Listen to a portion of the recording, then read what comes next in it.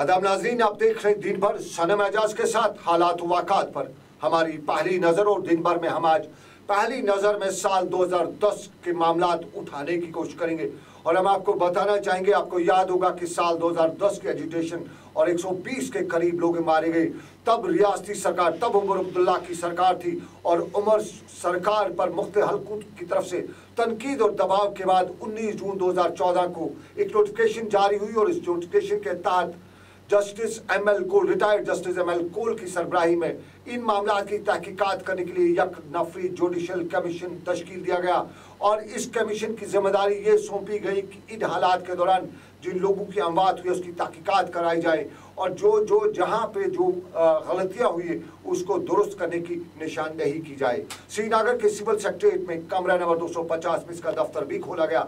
अखबारात में इश्तिहारात भी दिए गए, मीडिया के जरिए तशरीह भी कराई गई और बताया गया कि जो भी लोग इसमें अपने बयानात, अपना रद्द-ए-अमल, अपनी सिफारिशात लागू देना चाहते हैं, वो सुबह 11 बजे से दोपहर 4 बजे तक इस दफ्तर में आकर अपने बयानात कलमबंद करा सकते हैं। 120 के करीब तब हलाकतें हुई थी और इन हलाकतों के हवाले से बहुत से लोगों ने, उनमें रिश्तेदार भी थे या दूसरे लोग थे, इस कोल कमीशन के सामने अपने बयानात कलमबंद कराए और जो कुछ भी जानकारी उनके पास थी उस कोल कमीशन को दी। और खुद कोल कमीशन ने भी वादी के कई कस्बों का दौरा भी कराया। एक मुकर्रर मुद्दत के अंदर कोल कमीशन को रिपोर्ट दाखिल करनी थी, लेकिन सही वक्त पर ये रिपोर्ट दाखिल नहीं हो सकी और उसके बाद इसकी मियाद मुद्दत में कई बार तक इजाफा भी किया गया। और हम आपको याद दिलाना चाहेंगे कि आखिरकार 30 दिसंबर 2016 को ये रिपोर्ट कोल कमीशन ने रियासत के वज़ीर आला को सौंप दी।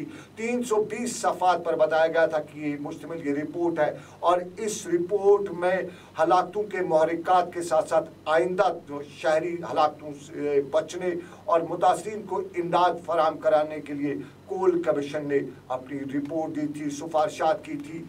और इस कोल कमीशन पर अब सवाल ये खड़ा हो रहा है कि कोल कमीशन है कहाँ, पब्लिक में क्यों नहीं है, पब्लिक डोमेन पे क्यों नहीं है और इस कोल कमीशन में क्या क्या सिफारिशात है, ये सिफारिशात आम लोगों को पता होने चाहिए। ये आज सवाल उठाए जा रहे हैं और आम तौर पे कश्मीर में कहा जाता है कि यहाँ बहुत से कमीशन बने जाते हैं, बहुत सी रिपोर्ट्स आती हैं, लेकिन वो पब्लिक नहीं की जाती है। उन कमीशंस का, उन रिपोर्ट्स का क्या होता है ये पता नहीं चलता है। और एक बार फिर कोल कमीशन की रिपोर्ट पर भी सवाल उठते हैं और बहुत से लोग ये जानते हैं कि जो सिफारिशात इसने दी है वो अगर अहदेदारों को पता हो सके तो आइंदा किस वक्त अगर अल्लाह ना करे कुछ ऐसे हालात बनते हैं तो इन्हीं सिफारिशात को मद्देनजर रखते हुए हालातों से बचा जा सकता है। लेकिन कोल कमीशन की रिपोर्ट सरकार को पेश हो चुकी है, लेकिन अभी तक उस रिपोर्ट को मंजर आम पर नहीं लाया जा रहा है। आखिर ये रिपोर्ट, इस पर जो इतना पैसा खर्च किया गया, फिर उसकी ज़रूरत क्या थी जब कोल कमीशन की रिपोर्ट, जब ऐसे कमीशन की रिपोर्टें बाज़ार में आवाम के सामने नहीं आती हैं। जो ये सवाल वादी कश्मीर में अक्सर लोग आज पूछ रहे हैं और पूछना भी चाहते हैं। लेकिन दूसरे मुद्दों में हम तामीर और तरक्की और ज़िला पुलवामा के तरक्याती बोर्ड मीटिंग आज ज़िला बोर्ड के चेयरमैन अब्दुर्रहमान वीरी की सदारत में मुनाक़द हुई, जिसमें ज़िला के सभी मेम्बरान कानून साजिया और अफसरान ने शिरकत की। मीटिंग में ज़िला में दरदस्त लिए गए तरक्याती प्रोजेक्टों से मुतालिक जानकारी हासिल की गई, जबकि आइंदा वक्त में ज़िला में हाथ में लिए जाने वाले कामों के साथ साथ अहम शोबों में बुनियादी ढांचे को बढ़ाने के लिए मेम्बरान से तजावीज़ भी तलब की गई। मीटिंग के दौरान सभी मेम्बरान की राय हासिल करने के बाद बजफाक राय साल 2016-17 के लिए बजट की मंजूरी भी दी गई।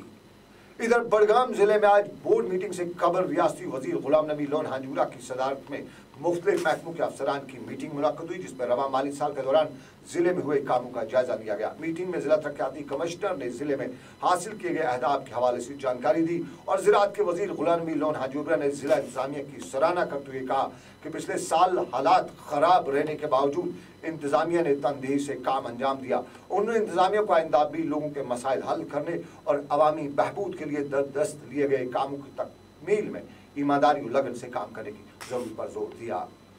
उधर देही तरक्की के वजीर एडवोकेट उबला खान ने रियासत में दूध की पैदावार में इजाफा करने के लिए नए ज़माने की टेक्नोलॉजी को बराकार लाने पर जोर देते हुए बताया है कि दुनिया आज बहुत आगे पहुंच चुकी है और रियासत की आवाम को भी नई टेक्नोलॉजी को बराकार लाकर अपनी आमदन में इजाफा करना चाहिए। जम्मू में आज ऑटोमेटिक मिल्क कलेक्शन सेंटर का इफ्ताह करते हुए उन्होंने बताया कि देही तरक्की का महकमा सिर्फ बंद और ठेकों के लिए नहीं है, बल्कि इस महकमे के पास उम्मीद से लेकर उड़ान तक कई ऐसे मंसूबे हैं जो आवाम को एक बेहतर जिंदगी फराहम करने में अहम रोल अदा कर सकती हैं।